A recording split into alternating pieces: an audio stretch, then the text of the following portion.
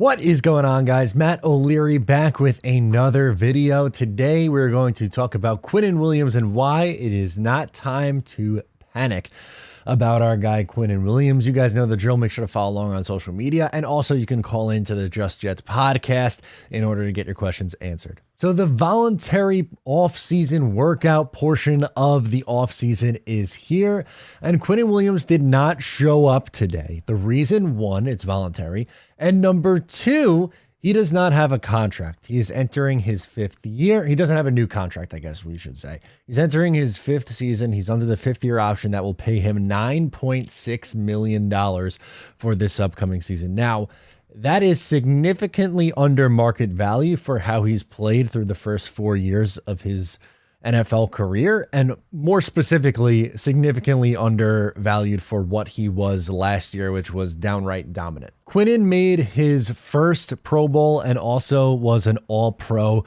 for his 2022 season, and deservedly so. The guy was just absolutely fantastic. We'll go through some of his numbers in a little bit when we compare him to some other guys who just recently got paid and what a Quinnen contract could actually look like, but SpotRack has his market value at $26.6 million a year.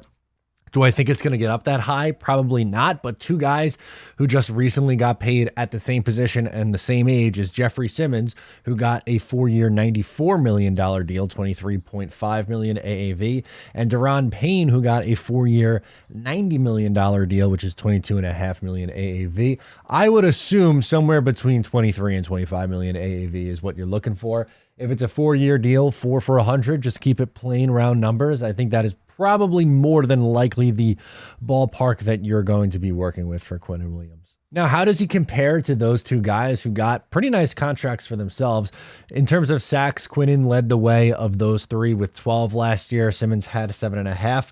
Payne had 11.5, a really nice season from him as a pass rusher. His previous career high, though, 4.5. So, kind of outlier season, but still obviously took a massive step in the right direction after being a first-round pick in 2018. Pressures, Quinnen had 52, Simmons had 53, so just about the same there. Deron Payne had 39, and missed tackle percentage, Q had the lowest, 9.8 versus Simmons at 10.6, and Payne at 17.4. Payne misses a ton of tackles. He's not great against the run. Simmons is solid against the run. I would say he's probably a touch behind Quinnen, Quinnen.